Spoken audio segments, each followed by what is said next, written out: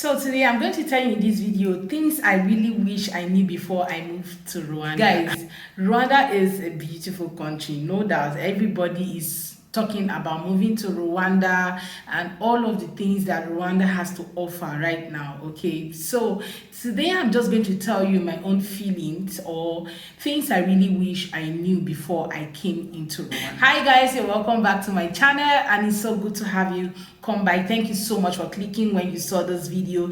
I am super excited to have you here, so relax, subscribe to the channel if you are yet to do so. Please do hit the subscribe button, give the video a thumbs up, and let's be family. Okay, so today guys, I'm just going to tell you 5 things I wish I knew before coming to Rwanda. And number 1 is the weather.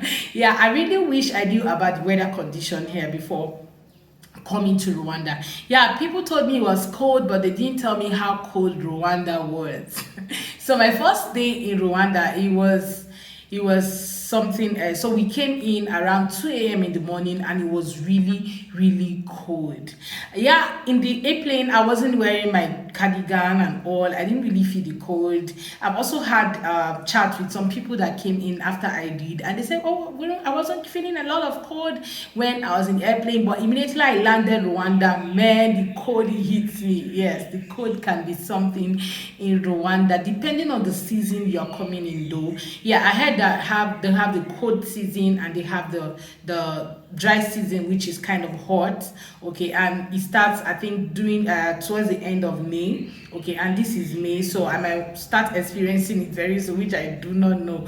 But here is cold, really cold, and I didn't have enough of the advice before coming. Maybe I would have gotten a lot of cardigans and all, but now you're hearing the story from me. Get a lot of cardigan when you're coming to Rwanda.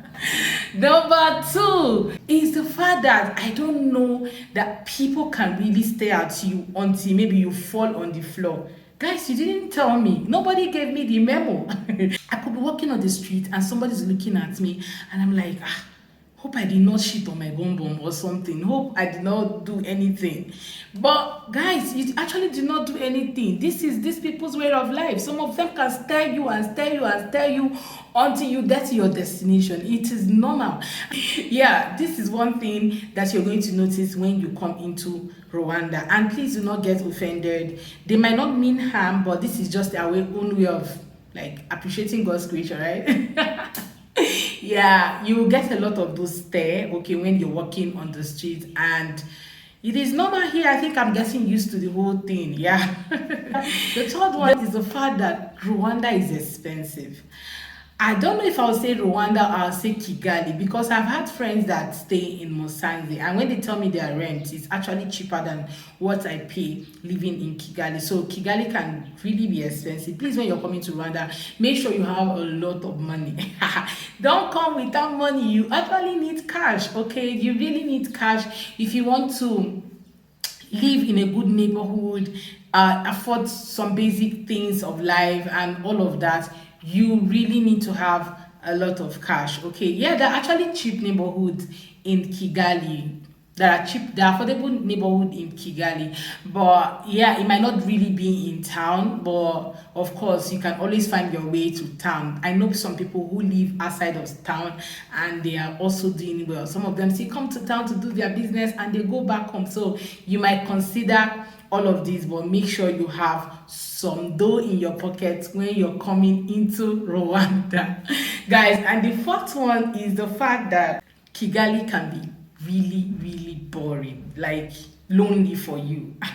I'm telling you, there are not so much activities, not that I know of. Okay, I know of once in a while, I know of some events happening here and there, but if you're looking for a lot of activities, except for me coming from Lagos, we have like activities almost every day. Someone is planning one event, someone is planning a youth conference, a youth event. So if you're someone like me and you love those kind of events, there are not much of it here in Rwanda. And yeah, in case you love something like that, you may consider coming to Rwanda and setting up such. Okay, but yeah, once in a while we just try to build a community where you can go out, hang out once in a while, kind of networking events and all. There are not much of them here in Kigali. Please, if you know a lot, please drop the link at the comment section. I love to go out for networking events. I love to meet youths, like minds, I love to meet people, young people, okay, doing amazing things in different industry, because I'm a social media manager and I love to, hang out with a lot of people in the digital space. So if you know a lot of events happening in the digital world and all that, please drop at the comment section. I would love to attend. Okay, so the final one, which I wish that people actually told me before I came into Rwanda, is the language barrier. You got that right, guys. Man, the language barrier can really be a thing, okay? Let me say, like my Ugandan friend, you say, itini. It can really be a thing, yeah, because people kind of don't understand what you're saying sometimes, especially the locals on the street. Most of them, each time I want to board a bike to somewhere, the person will be like, whether I speak Swahili, I said no. French, no. Kenya, Rwanda, no. I'll be like, English, you say no, no, no. And that's it. Like, it could take me like 5 bikes or 4, or maybe stopping somebody on the street to say, please, do you speak English, help me interpret. But the good part of it is the fact that somehow somebody told me recently that there is actually a number you can call when you're going somewhere and somebody had to help you to talk to the border guy or the taxi and say this is where you're going to. So you just explain to the person at the other end, I'm going to so and so. The person will be like, okay, give the phone to the driver, and the person gets to speak to the driver to tell them where you are going to. So I think that's actually a good development, and it's free of charge, guys. So yeah, is a new thing I just discovered, and I've not used it, but I'm planning to use it one day. Yeah, these are the things I really wish I knew before coming to Rwanda.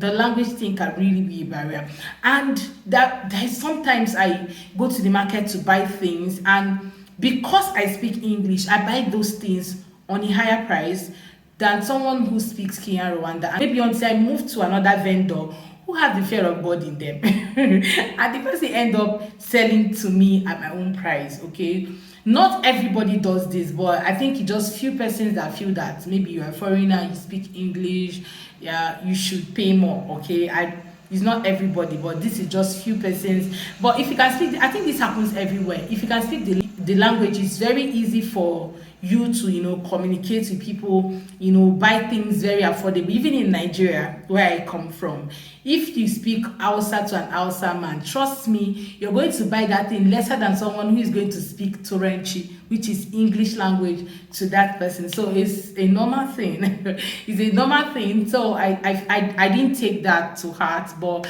I just feel it could be a bit better and everyone can communicate in English sort of. But of course, when you travel to Rome, you behave like Romans.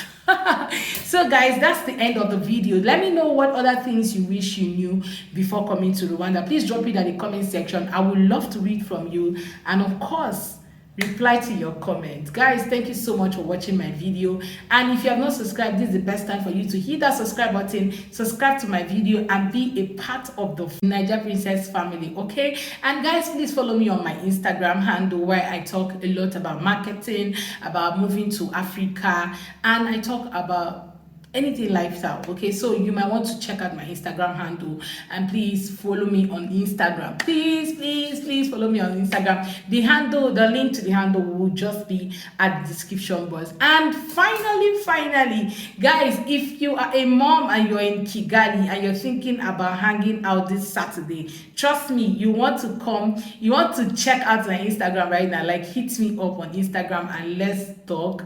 We are having this hangout. I am a friend. We're having a hangout for moms, okay, like a lunch. Let's just go have lunch somewhere. We chose one Indian restaurant, okay, and it's a very beautiful place, and you might want to come. Let's go hang out in this place where we talk about things, business, life in Rwanda. You need a community. You don't want to be alone. And Sunday is Mother's Day, so this is to all moms, to all mothers. It is a way of us celebrating ourselves.